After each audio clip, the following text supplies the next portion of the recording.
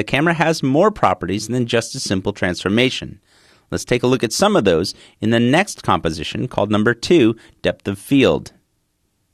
As the name of the composition suggests, we're going to take a look at the depth of field that's achievable by modifying some of the parameters in the camera.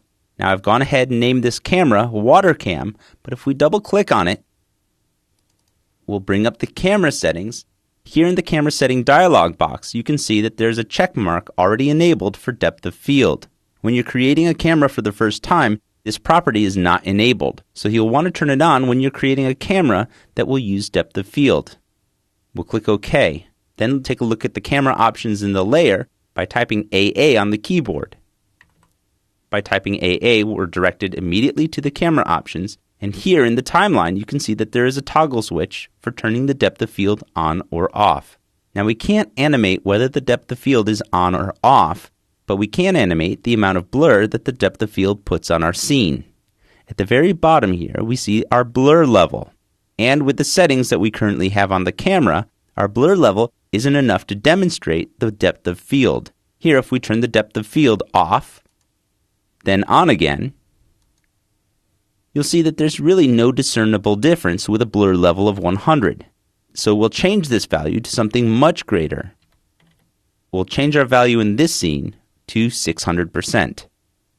We can now see that the camera is focusing on octopus number 2, and the further each layer is from octopus number 2, the more blurry it will become.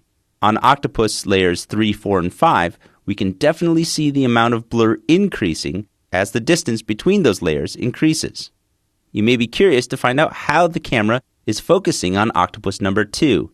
It isn't assigned by layer, nor is it assigned by our point of interest. Instead, layer 2 is in focus because our focal distance is set to 600.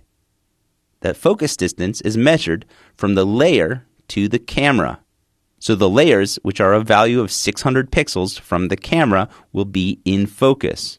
Now if we have this layer still selected, then hold down the Shift key and type P, we'll open up the position parameter for the camera.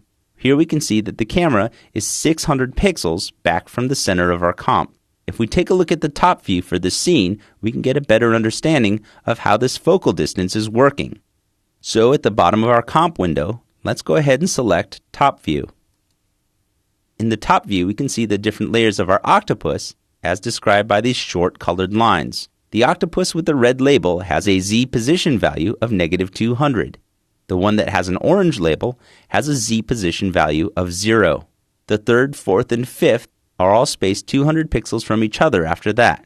If we twirl up our layer for the water camera, then scroll down, we can see the 5 different octopus layers named Taco 1, 2, 3, 4, and 5. By selecting all of these, then typing P on the keyboard, we can see the position values and the Z depth for all of those. We'll type P on the keyboard again to conceal those position values, then take a look at the simple math that After Effects is calculating. Again, underneath our water camera, we can see that the position of the camera is -600 pixels on the Z-axis, and if we close our transformation, we can see that the focal distance is 600 pixels as well. So 600 pixels added to the movement of this camera, which is -600, brings us back to layer 2, which is set at 0.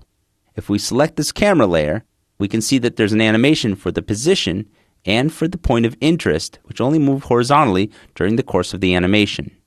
If we switch back to our water cam view by using the Escape key, we can click and drag in the timeline to see the animation of our camera.